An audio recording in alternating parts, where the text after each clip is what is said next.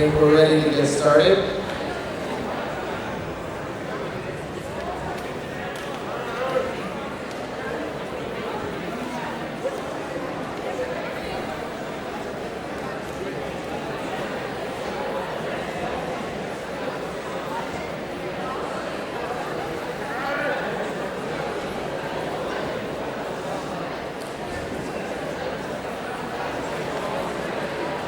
To start with, can I get everyone to quiet down, please? I just want to start by saying thank you to Mrs. Gerst and the high school choir. What a great way to kick off this year's Inspire Week.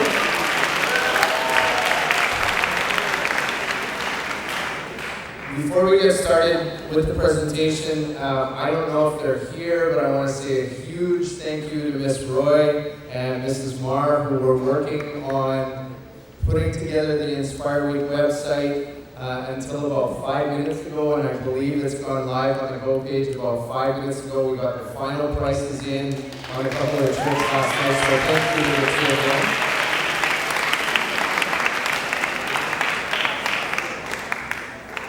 We had a little glitch with the website itself that Mrs. Roy was working on until late last night. As I said, I believe it's gone live, and I think she's worked out all the kinks with it. But if you go into it over the weekend and you recognize that something isn't right, or there's a link that's not working, just email us. We'll sort it out very quickly.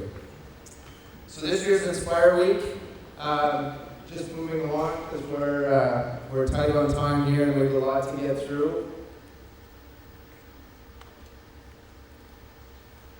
So we want to get right into some things that have changed a little bit with Inspire Week this year. There's not a lot of major changes, but there are a few things that you'll see that are a little different, and it's starting with this assembly and with some things that are not happening in the next few days.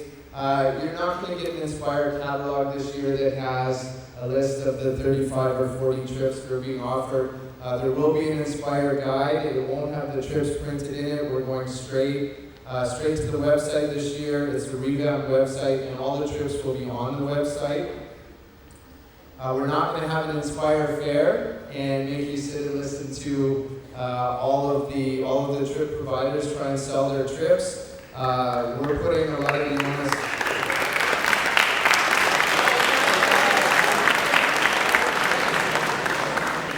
So the onus for researching trips is going to fall back on you. It's up to you to go to the website, to look through the trips, to evaluate what's important to you, and to make your selections based on that information.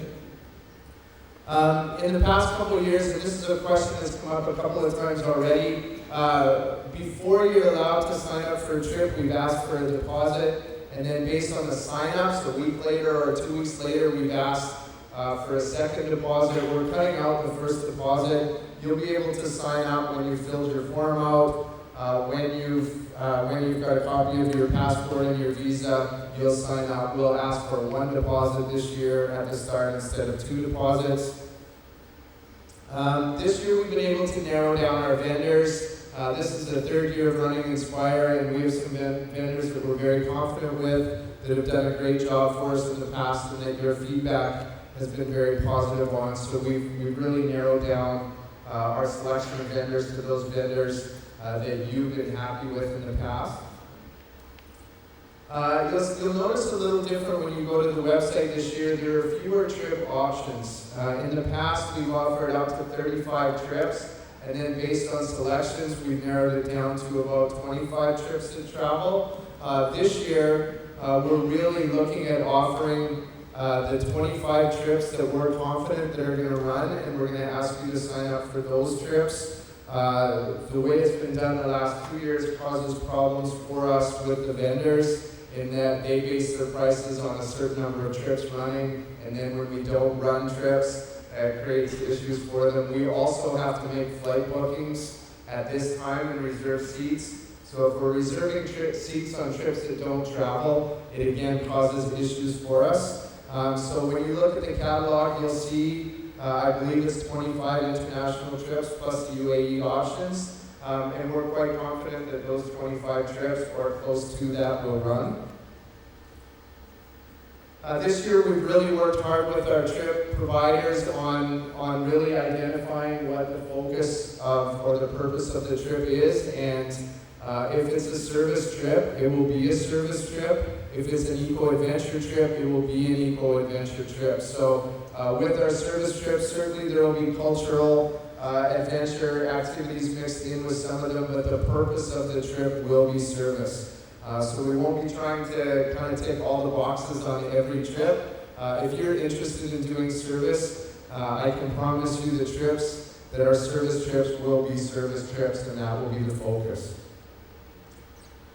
We've done a lot of work, Mr. Beck, Ms. Mara, and myself, looking at the UAE options and just more clarification and alignment with those options, and trying to create options in the UAE that match the goals of our Inspire Week and match the purpose and what's happening in the international trips. And we do have a few new trip offerings, which you'll be able to check out on the website. I was going to share them today, but we're not going to have time for that. Here's one that I wanted to put up here now.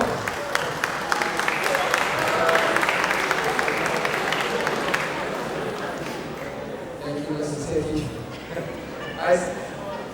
I suspect there will be a lot of questions on this, and there will be some clarification needed, probably multiple times before we travel on November 9th.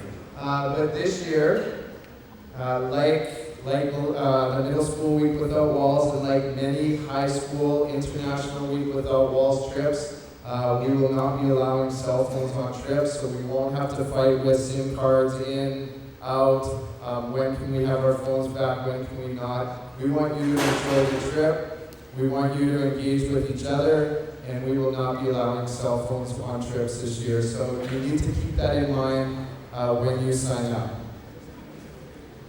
Some things that haven't changed, we're targeting the same number of international trips, so even though you don't see the same number on the website or on offer, we believe we'll have the same number of trips travel. Same categories and themes as before, so we'll have service trips, eco-adventure trips, art and culture trips, education trips as well.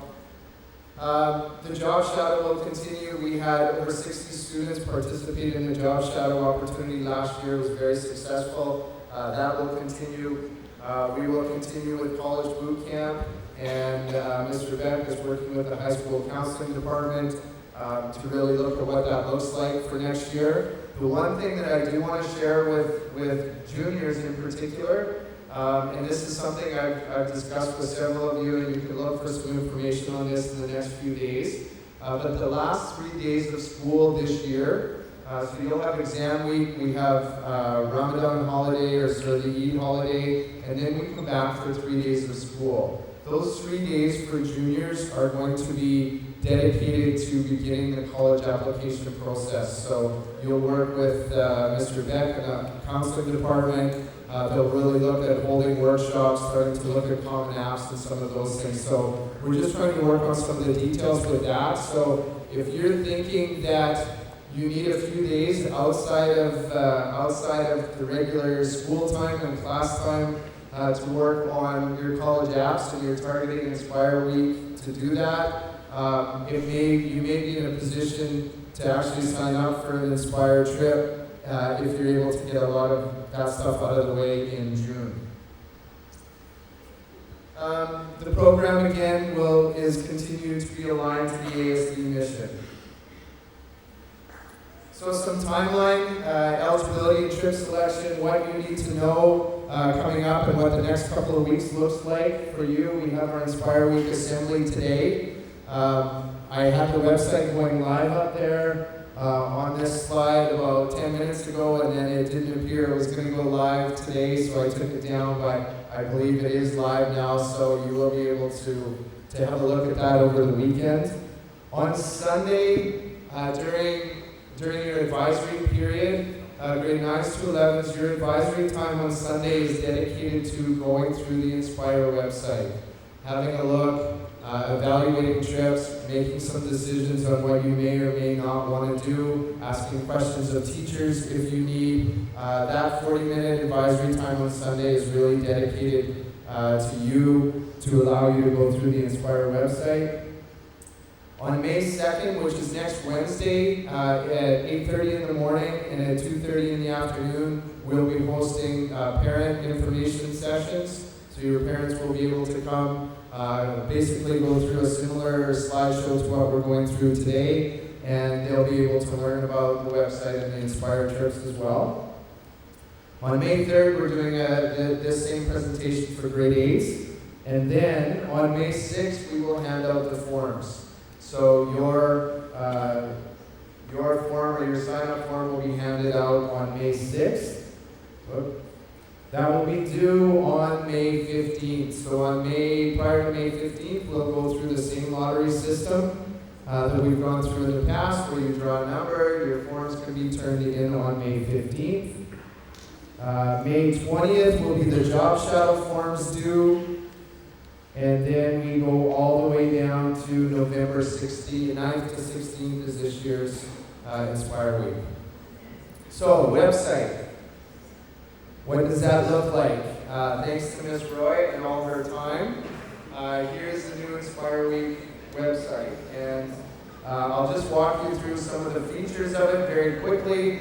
It's pretty straightforward, and I don't suspect you'll have any issues with it. But there are a few things that I want to point out with you. So this is the website. When you go onto the website, this is exactly what comes up. On the top of the website, there are several search options. So you can filter trips based on the name of the trip, what type of accommodation it is, price, physical rigor. You can see the different categories up top. Each of those is a drop-down menu. If you click on service, for example, it gives you, click on the drop-down menu, it'll give you all the options. And I've clicked on the service option to show you what that looks like. You click on service, and it filters all of the service trips. This is what comes up for each of the service trips, and this is just a basic outline and the base information that you need. So it will give you the name of the trip, the physical rigor, the price point, the accommodation type, the provider, and then a very brief description of that trip. If that's a trip that you're interested in and you want to learn more about it, you can click on the Learn More section in the corner, and it will take you to another page, or it will open another page that gives you more details on the trip. So it will give you the itinerary, what's happening on the trip, where you're going, more details about costs, about accommodations, all of those things that you may want to know. So it comes up, this is the Kenya trip, this is a 6-page itinerary from the service provider, or from the trip provider.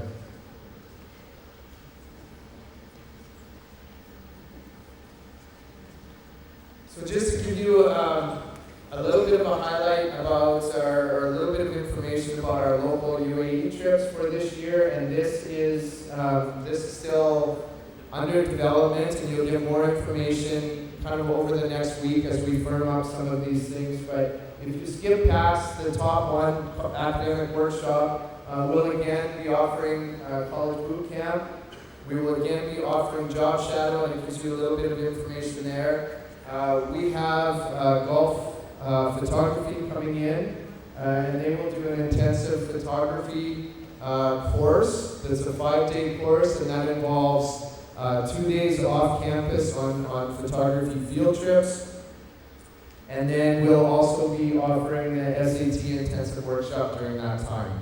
So that's those 4 options. The academic workshop option is the one that has fairly significant changes from last year. By the time we get to sign up, you will be signing up for specific sections or workshops during that time.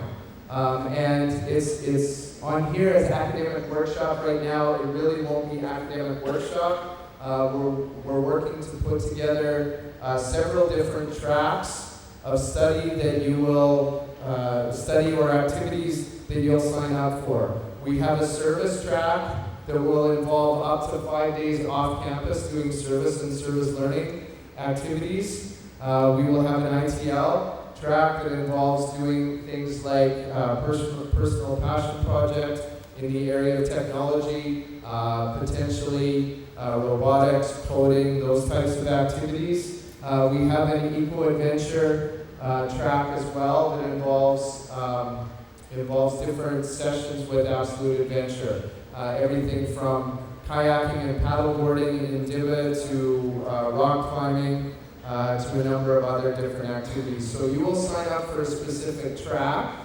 or you will sign up for different sessions in an a la carte style. If you're interested in paddleboarding, you can sign up for the paddleboarding trip on the Sunday. If you're interested in working with special needs kids, you can sign up for the special needs service opportunity on the Wednesday.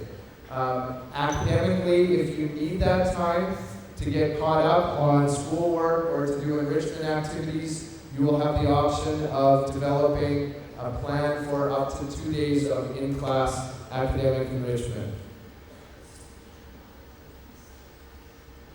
So, moving forward, for trip selection, here's what you need. You need your trip form, and this is on May 15th. You will turn this in. You do not need a deposit. You need a color copy of your passport, your residency visa, and a copy of an existing visa to a country you want to travel if you have that. If you have a visa, in particular to China, we need to have that ahead of time. That delays the process if we find out after you already have a visa to a country. Some things that you need to consider when you're looking through your trips, your medical needs. There are some sites that involve extensive rigor, a lot of climbing. If your medical needs don't support that, you shouldn't be selecting those trips. If you have allergies, if you're bothered by pollution and those kinds of things, there are trips that you should not sign up for. The need for immunizations to desired countries. Some countries require immunizations for you to travel to them. Some people do not want to get those immunizations. If you are opposed to getting those immunizations, yellow fever, for example, that are required, you should not be selecting those trips. Additional equipment. Some of the trips that we are going to do, we have Kilimanjaro climb on there as well, which will involve the purchase of additional equipment. That's something that you may want to factor in as extra expenses. Are you willing to pay those extra expenses for those trips? Some of you have passports that don't allow you to travel to certain countries. You need to take that into consideration when you are signing up. Once you've signed up and we have blocked seats for you, it's difficult for us to make arrangements to take you out of those trips or off those trips without incurring a penalty. So make sure you're aware of those things before you sign up for trips. In addition to that, securing visas for certain trips may be difficult for some of you. The type of food and lodging associated with the trip. The lodging is all indicated on the information. Often the type of food is associated with the country that you're traveling to. If you're on a trip that involves camping and it's not in hotels, you need to understand that you won't be eating restaurant food. It will be camp food. And if you're not prepared to do that, you shouldn't be signing up for those trips. We have indicated hotel stay, we've indicated home stay in one case, we've indicated hostels or guest house stay, and we've indicated tenting. So if you come back to us after you've signed up and we block seats and you say, wait a minute, I'm not sleeping in a tent, it's too late to make those changes. You've committed to that and you'll be sleeping in a tent. So make sure that you go through or you're aware of that information before you sign up. The level of physical rigor that trips require. There are several trips that are eco-adventure trips that require a high level of physical rigor. If you're not prepared for that, or not in shape to do that, you shouldn't be considering those trips. Kilimanjaro, for one. There are people that don't make it to the summit of Kilimanjaro because physically they're not prepared for that trip. You need to understand that before you sign up. We have a trekking trip in Nepal that's very similar. We have a service trip in Nepal that is about 10 hours a day of extensive, hard work. If you're not prepared to do that work, you shouldn't be signing up for those trips. The possibilities for in-country travel and transport. We've indicated on all of the trips where there's in-country transport needed. When you go to Nepal, there will be a bus trip outside of Kathmandu. When you travel to Tanzania, for example, there's an internal flight that's involved in that trip. You need to understand that if it's an internal flight, you won't be flying Emirates. And your parents need to understand that as well. It'll be a local carrier, so you need to sign up with that information in mind. You need to know that if you're traveling to Nepal, you will be on a bus. And even though it may only be 60 to 70 kilometers, it may be a 6 to 7 hour bus trip. You need to understand that when you're signing up. So we provide emergency travel insurance. That's if you get sick while you're traveling. That's if you have lost bags when you're traveling. Some of those issues. We do not provide trip insurance, which means if you decide 3 weeks prior to the trip, these are group bookings, if you decide 3 weeks prior to the trip that no, you're not comfortable with that trip and you don't want to travel, we can't get your money back. And the last thing that you need to consider, and we're telling you this now because this may be something that you need to take care of over the summer, you need to have 6 months validity from the date of the trip. You need to go home, you need to have a look at your passport, and if it expires prior to the 9th of May of next year, it needs to be renewed. And that's something that for many of you is easier done in your home country during the summer than trying to do it at a consulate or an embassy here. Not having a valid passport to travel is not grounds for a refund in your trip. So if your passport doesn't have the validity in it and you signed up and you can't travel, that's a case where you will not get money back for that trip. So what do you need to do now? You need to review the trip guide. You need to look on the website. You can do that over the weekend, but really Sunday is for that for you. You need to think about a 4-year plan. One of the things that we've really tried to focus on this year when putting together the trips is offering the same trips year in and year out so that you can really focus on putting together a 4-year plan. If you're interested in climbing Kilimanjaro and you don't get on the trip because it fills up and you're a low priority, we want you to understand that that may be something that's offered to you on a regular basis. That trip's going to run, if not year in and year out, it'll run every other year. Nepal trekking, Kenya trip. We want those trips to run every year, so as you develop a plan, it may not be something you're interested in doing now or able to do now, but you know that it's coming in the next couple of years and you can factor that into your 4-year plan.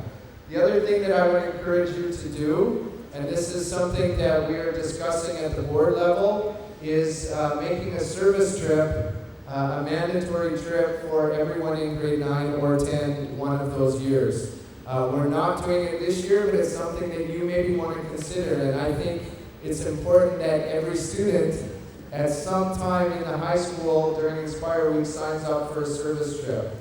We have service trips often aren't the ones that stand out on the paper, but every year the feedback that we get from students is that the service trips that they've gone on are the trips that are most impactful.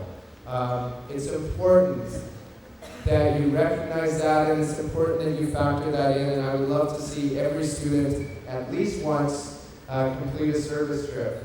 Likewise, the feedback last year from Job Shadow, and for those that did Job Shadow, was fantastic. And Job Shadow should be something that grade 9 and 10 years, grade 11 and 12, you consider doing one of those years.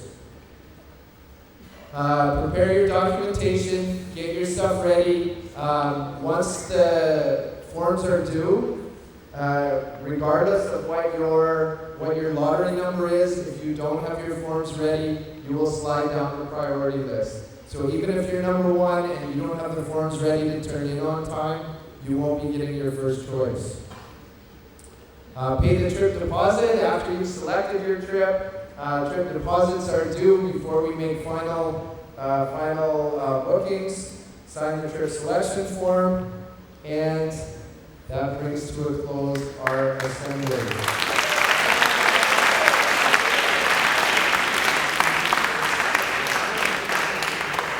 So, if you have questions on Inspire Week, Mr. Beck, myself, or Ms. Marr are the 3 people to go to with regards to the website or specifics about this year's process or sign-ups.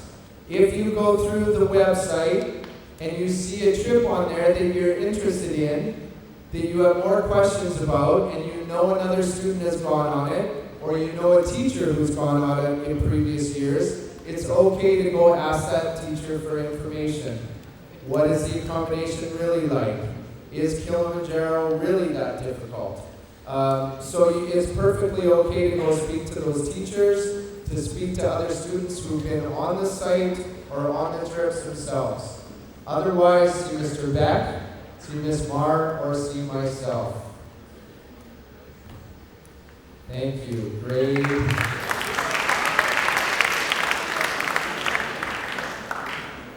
Grade 11s can leave first. Once grade 11s are gone, they can be followed by grade 10s and then grade 9s.